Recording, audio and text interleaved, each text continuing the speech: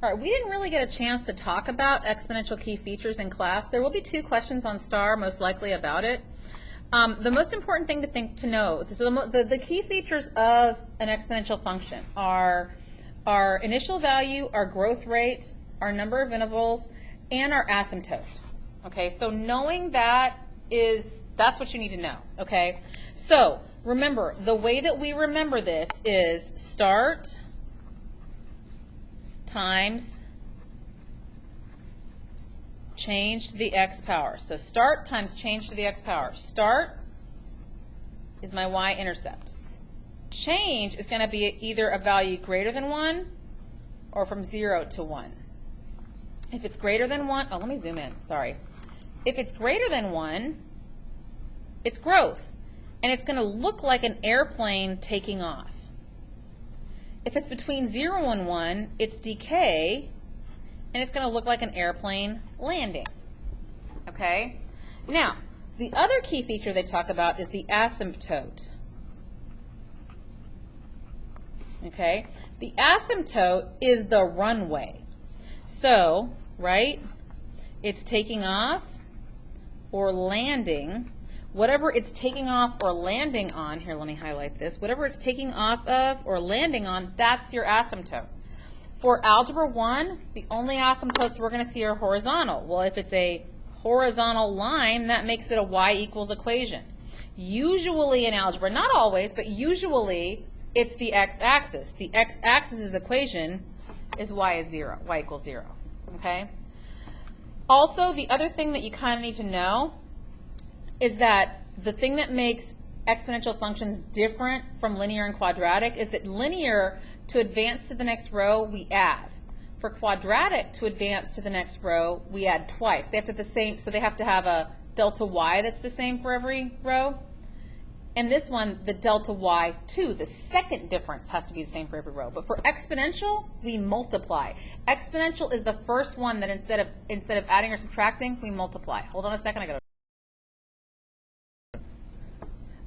Okay, it's been so long since I went to turn the light back on. I got distracted, butterfly or something sparkled. I don't know.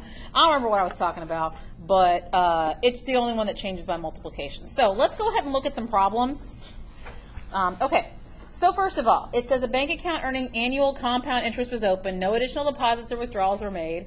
The balance in the account after X years can be modeled by B of X equals 850 times 1.025 to the X. So remember, I know it's start times change to the x power. Oh my goodness, you guys, I've never been interrupted so many times in my life. All right, so I'm waiting for the lights to turn off. They should turn off any second now. Okay, so remember, we have start times change to the x. Okay, so first thing I know is my start value is 850. That means that's my y-intercept start value. Okay? I also see that since this is bigger than 1, my change, so 1.025 is my change, it's greater than 1. So that means it's increasing. Okay? Now, this 1.025, remember, that means I have a percent, and they're asking me about percents. Okay? So, I'm going to take 1.025, right? And since that is a whole number, I'm going to multiply it by 100 to turn it back into percents. Well, that's 102.5%. That means it increased by 2.5%. Okay, so now let's look at our answers. Now that we've broken down what this is telling us, okay, the initial amount of the account decreases. I know that's not true. I know it increases. So I know it's increasing 2.5%. Ooh, I like that answer. The initial value was 1,025. No, I know my initial value was 850. Okay. The balance at the end of 1 year is 850. Nope, the balance at the beginning is 850. So that one's not true either. So the only one that's true is G here. Okay. Again, all I did was break down the information they gave me. Okay, let's look at this one. Scientists are studying a bacteria sample. The function f of x equals 245 times 1.12 to the x gives the number of bacteria in the sample at the end of x days. Okay, so let's break it down. This is 245 is my start. It's my y-intercept, okay? 1.12 is my change. It's greater than 1, so that means I'm increasing. 1.12, oopsie, where'd it go, is 12% increase, like I showed you before. You multiply it by 100, and then whatever's left over, that's 12% increase. Okay, so let's look at my answers. My initial value, number of bacteria, is 12. No, my initial value is 245. F is wrong. The initial number of bacteria decreases at a rate of 88% each day. Nope, I know it increases at a rate of 12% each day. So that's wrong. Okay, the number of bacteria increases at a rate of 12% each day. That looks good. The number of bacteria at the end of day 1 is 245. No, it's the end of day 0. It's not even at the end. It's at day 0. At the beginning is 245. So that's not right either. H is the only answer that's right. This one I can see how that might confuse you. But remember, if I were to put this into a table, 245 isn't the 1 row, it's the 0 row. That's why that's not.